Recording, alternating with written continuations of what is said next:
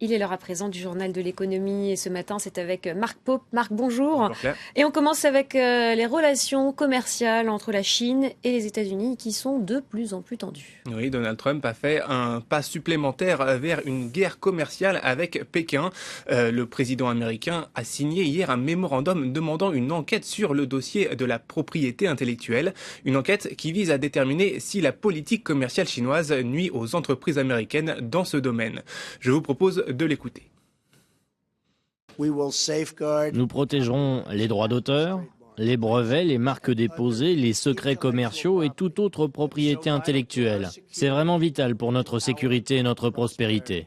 Nous nous opposerons à tout pays qui oblige illégalement les entreprises américaines à transférer leurs précieuses technologies en échange d'un accès au marché. Et on fait à présent un point sur les marchés. Quelle est la tendance en Asie en ce moment? Tous les indices ce matin sont au vert. Les investisseurs semblent rassurés par les signes d'apaisement dans la crise entre les États-Unis et la Corée du Nord. Le Nikkei rebondit à 1,11% à la clôture. Le Kospi est à plus 0,63%. Le Shanghai Composite à plus 0,31% et le Hang Seng à plus 0,25%. Les bourses américaines hier aussi ont clôturé en hausse. Le Dow Jones a gagné 0,62%, le Nasdaq 1,34% et le S&P 500 1%. Et on poursuit avec l'actu éco en bref et en images avec d'abord Angela Merkel qui sonne la fin du diesel. Oui, la chancelière allemande l'admet. Pour la première fois, la fin du diesel est inéluctable. Angela Merkel, en pleine campagne pour sa réélection, n'a pour autant pas donné de calendrier. Le mois dernier, le gouvernement et les constructeurs automobiles allemands avaient déjà signé un accord pour rendre le véhicule diesel moins polluant.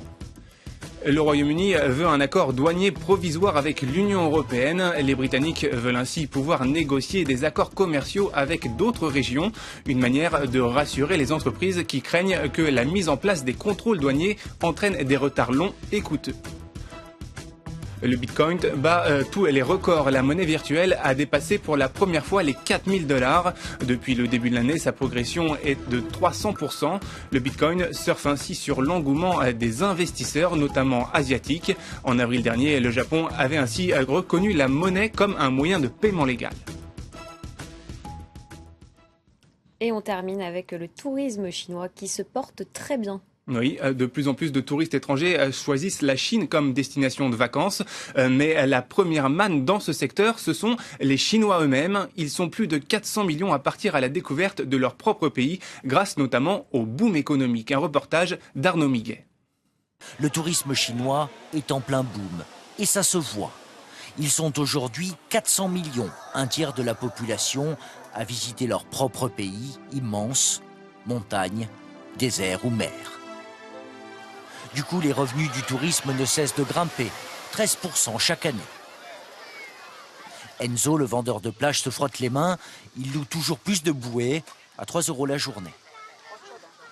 70% de gens ont peur dans l'eau, mais ils veulent tous aller dans l'eau. Du coup, je fais de bonnes affaires. Car beaucoup de Chinois ne savent pas nager. Je m'accroche parce que je ne sais pas nager. Il y a trop de vagues, je ne veux pas être emporté au large.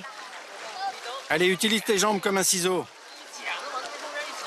Parfois, la bouée ne suffit pas, en tout cas pour cette maman et son fils. Il y a trop de monde dans l'eau et j'ai peur de ne pas le voir et de le perdre. C'est pour ça que je le tiens en laisse. J'ai pas trouvé d'autre solution.